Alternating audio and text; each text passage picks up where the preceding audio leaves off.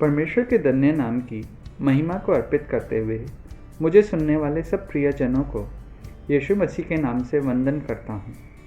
भजन संहिता उसके 37वें अध्याय के 19वें वाक्य में हम पढ़ते हैं कि विपत्ति के समय उनकी आशा न टूटेगी और न वे लज्जित होंगे और अकाल के दिनों में वे तृप्त रहेंगे। इस अनुग्रहित वाक्य के शुरुआती भाग में विपत्ति के समय में लज्जित न होंगे इस विषय पर आज सुबह एक साथ मनन करने के लिए परमेश्वर हमारी सहायता करे। अनुग्रहित भजन संहिता के लेखक दाऊद ने अपनी वृद्ध अवस्था में इस भजन संहिता को लिखा।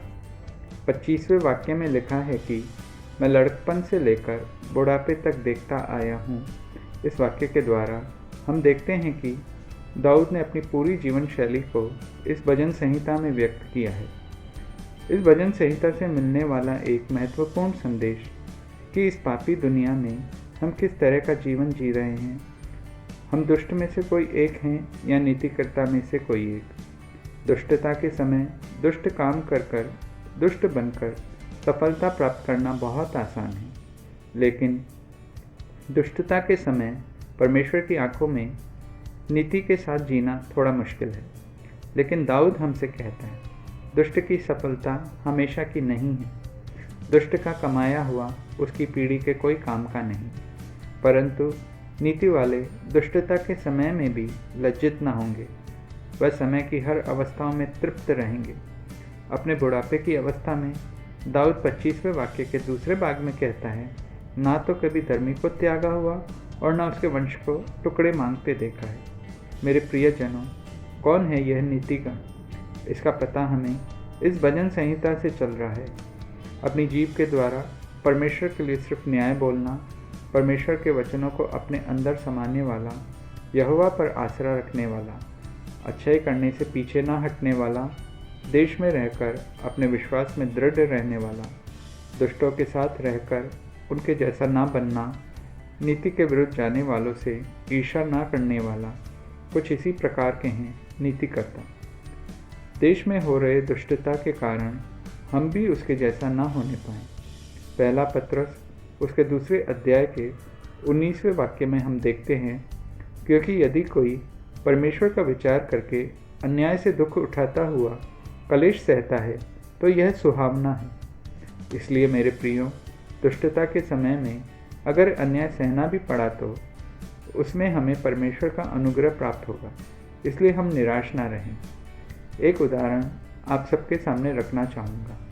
हम सब गाड़ी चलाने वाले हैं।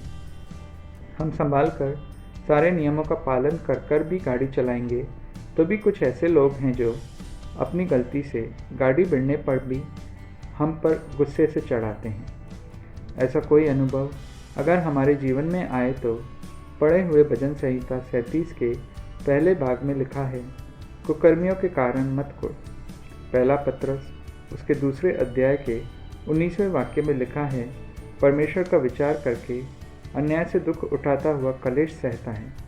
इस प्रकार के अनुग्रहित वाक्य हमारे हृदय में उत्पन्न हो। ये वाक्य ही हमारे जीवन के लिए एक उत्साह और प्रेरणा का कारण होने पाए। वचन हमें भरोसा दिलाता है कि इस प्रकार के व्यक्ति कभी लज्जित ना होंगे। परमेश्वर उन्हें सही समय पर संभालेगा, रक्षा करेगा, साथ रहेगा।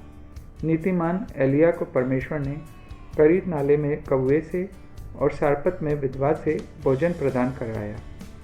परमेश्वर नीतिमान को भरोसे के रूप में संतान को देता है और उस संतान का पालन पोषण भी करता है। नीतिमान अब्राहम को परमेश्वर द्वारा दिया गया पुत्र था इसहाक। हर प्रतिकूल अवस्था में 100 गुना खेती करने वाला किसान था इसहाक। नीतिमान के बच्चों को किसी के भी सामने रोटी के लिए या किसी आवश्यकता के लिए हाथ फैलाने की ज़रूरत नहीं पड़ेगी।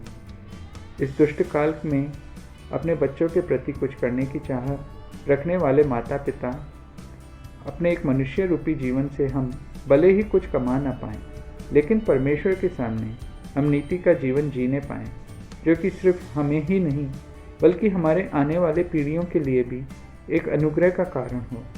विपत्ति के समय बिना लज्जा के परमेश्वर की दृष्टि में एक नीतिमान जीवन इस वाचा के साथ कल फिर मुझे सुनने तक परमेश्वर हमें बहुतायत रूप से अनुग्रह और आशीष देने पाए। May God bless us all abundantly. Praise the Lord. Hallelujah.